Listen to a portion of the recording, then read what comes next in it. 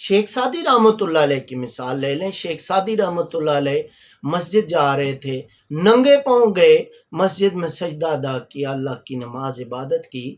تو جب عبادت کر لی، کہا اے اللہ میں تیری اتنی عبادت کرتا ہوں، تو نے مجھے جوتا نہیں دیا. تو جب باہر نکلے ایک آدمی کو دیکھا، اس کے پاؤں بھی نہیں تھے. تو واپس مسجد کو دوڑے اور کہا اے اللہ تیرا شکر ہے، تو نے مجھے پاؤں تو دیے ہیں کہ میں تیرے گھر تک چل کے آ جاتا ہوں.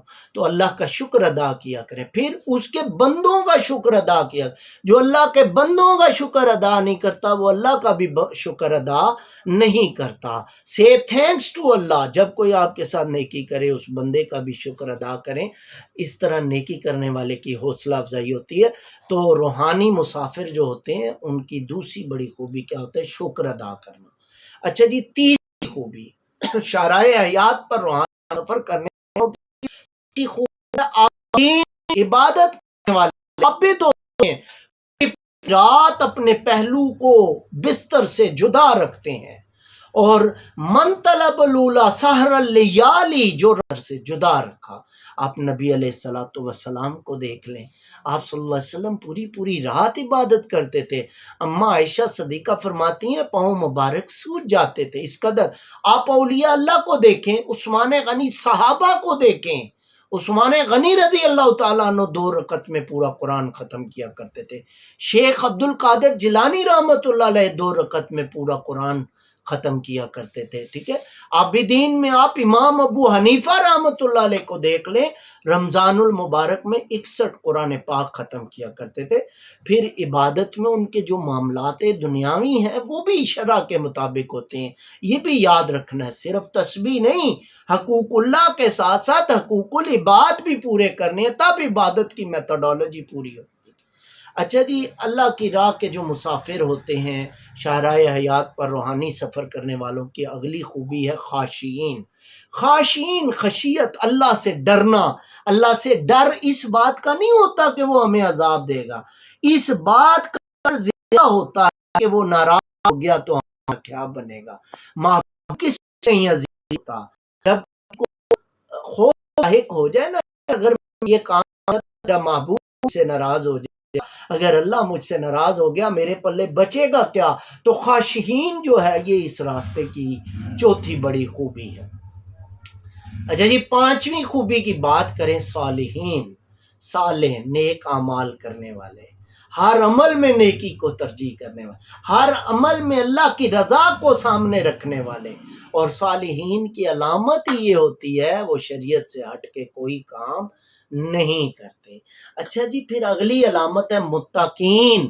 اگر آپ اللہ کی راہ کے مسافر بننا چاہتے ہیں تو متقی بن جائیں، اپنے تقوی کو انکریز کریں. مثلا تقوی کی میں مثال دیتا ہوں کہ امام ابو حنیفہ رحمۃ اللہ علیہ کے بارے میں مشہور ہے کہ انہوں نے کبھی خربوزہ نہیں کھایا، ککڑی نہیں کھائی. یہ پتا تھا نبی پاک صلی اللہ علیہ وسلم نے کھائی، لیکن یہ نہیں پتا تھا کہ کیسے کھائی. یہ ہوتی ہے محبت، یہ ہے تقوی. تقوی بنیادی طور پہ ایک خوف ہے بندے کے دل میں، لیکن وہ خوف کیا ہے؟ کہ محبوب ناراض نہ ہو جائے، اللہ کی پسندیدہ جگہوں سے بندہ غیر حاضر نہ ہو، اور ناپسندیدہ جگہوں پہ حاضر نہ ہو. یہ تقوی ہے. جب آپ نے یہ پالیسی اپنا لی، جب آپ اس کسوٹی پہ اترنے لگے، تو اللہ اور آپ کی محبت میں اضافہ ہونے لگے گا. چلیں بات کرتے ہیں 7ویں خوبی پر. 7ویں خوبی قناعت، قانتین، قناعت پسند ہونا، کہ جو ملے اس پہ راضی ہو جائے. مستغنی، غنا کہتے ہیں، نہ ملا بھی فکر نہیں ہے، ملا ہے جس حال میں یار راضی ہو، اس حال میں راضی ہو جانا کہ اس کے دیے پہ شکر اور نہ دیے پہ صبر کرنا، زبان پہ شکوے کا ایک لفظ نہ رکھنا. یہ قناعت دی. زیادہ لالچ نہ کرنا، طمع نہ کرنا، اور کم ہونے پر پریشان نہ ہونا، گلا شکوہ نہ کرنا. یہ ہے قناعت. اچھا جی، 8ویں کوالٹی ہے ساجدین، سجدہ کرنے والے. اب سجدہ کرنے سے ایک تو نماز کا سجدہ ہے، دوسرا نفلی سجدہ ہے، تیسرا یہ ہے اپنی ذات کو ساجد بنا لینا، عجز و انکساری سے بھرپور ہونا، اپنے دل اللہ کی بارگاہ میں جھکا رکھنا، سر اپنے رب کی بارگاہ میں جھکائے رکھنا. ذرا پر بھی تکبر پیدا نہ ہو، نہ علم کا، نہ عمل کا، نہ ذات کا، نہ رنگ کا، نہ نسل کا، نہ قبیلے کا، ذرا برابر بھی نہیں۔ ساجد سجدہ ریز ہو ہر وقت بندہ، دل سے عجز و انکساری کرنے والا ہو، اور اللہ کے سوا کسی کو سجدہ نہ کرے۔ دنیاوی علائشیں، دنیاوی آسائشات، دنیاوی ضروریات کے آگے وہ گردن نہ جھکائے کہ دنیا ضروریات کے پیچھے وہ پڑھ کے اپنے رب کے راستے کو چھوڑ دے، ایسا بالکل نہ کرے۔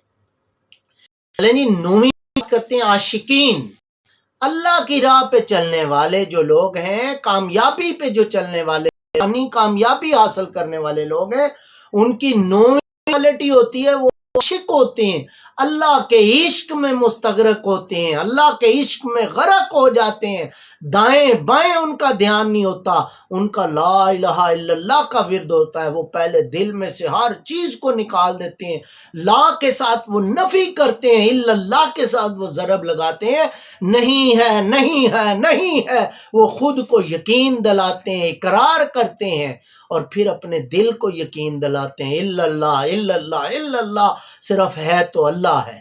اور اللہ کا عشق کیا ہے؟ عشق میں کیا بندہ بہترین فالوور ہوتا ہے، جس سے عشق کرتا ہے اس کے قدم پر چلتا ہے۔ تو اللہ کی راہ کیا ہے جو قرآن مجید میں بتائی، جو رسول صلی اللہ علیہ وسلم نے بتائی؟ اب اس کا مطلب یہ ہے کہ وہ معاملات دنیاوی میں بھی، معاملات دینی میں بھی اللہ کی راہ کو چھوڑتا نہیں ہے، اللہ کے راستے کو چھوڑتا نہیں ہے، اپنا تن من جان سب کچھ وار دیتا ہے۔ جی تو چلتے ہیں، ہم آخری بات کرتے ہیں، جو آخری کوالٹی ہوتی ہے اس راہ کے جو سالک ہوتے ہیں، روحانی کامیابی حاصل کرنے والے آدمی کا ایمان پختہ ہوتا ہے، وہ مومنین ہوتے ہیں۔ امام غزالی رحمۃ اللہ علیہ سے پوچھا نا مومن کون ہے؟ کہا جو اللہ کو مانتا ہے وہ مسلمان ہے، اور جو اللہ کی مانتا ہے وہ مومن ہے۔